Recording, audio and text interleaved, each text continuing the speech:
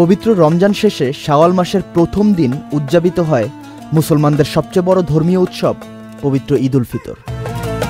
ঈদ উল ফিতর উদযাপনের তারিখ নির্ধারণে আগামী ৩০ মার্চ রাজধানীর বাইতুল মোকাররমে সভায় বসবে জাতীয় চাঁদ দেখা কমিটি। সেখান থেকেই আসবে চূড়ান্ত সিদ্ধান্ত। তবে এর আগে চাঁদের স্থানাঙ্ক জানায় বাংলাদেশ আবহাওয়া অধিদপ্তর। সম্প্রতি বাংলাদেশের আকাশে ১৪৪৬ হিজরি সনের শাওয়াল মাসের নতুন চাঁদের স্থানাঙ্ক বিবরণী প্রকাশ করেছে আবহাওয়া অধিদপ্তর।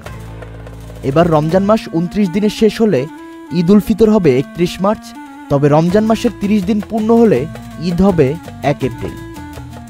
যদিও রমজান মাস ৩০ দিন ধরে ছুটি নির্ধারণ করে রেখেছে সরকার।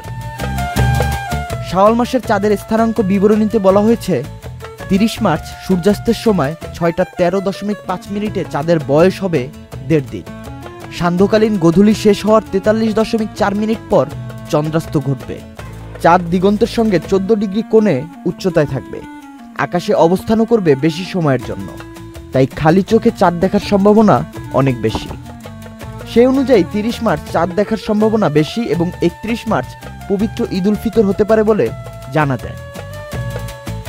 অবশ্য ইসলামী শরিয়া অনুযায়ী চান্দ্র মাস শুরু হওয়ার ক্ষেত্রে খালি চোখে চাঁদ দেখার শর্ত রয়েছে। সে অনুযায়ী আগামী ৩০ মার্চ রাজধানীর বাইতুল মোকাররমে সভায় বসবে জাতীয় চাঁদ দেখা কমিটি। জাতীয় চাঁদ দেখা কমিটি ৬৪ জেলায় জেলা প্রশাসকদের নেতৃত্বে থাকা জেলা চাঁদ দেখা কমিটির কাছ থেকে তথ্য নেওয়ার পর চাঁদ দেখার সিদ্ধান্ত জানিয়ে থাকে। জেলা চাঁদ দেখা কমিটিতে সদস্য সচিব থাকেন ইসলামিক ফাউন্ডেশনের কর্মকর্তারা। ফাউন্ডেশনের কর্মকর্তারা জেলা কমিটির মিটিংয়ের সিদ্ধান্ত ফোন করে জানিয়ে দেবেন জাতীয় কমিটিকে। জাতীয় চাঁদ দেখা কমিটির সভাপতি হিসেবে পরে আনুষ্ঠানিক ঘোষণা দেবেন ধর্ম বিষয়ক উপদেষ্টা।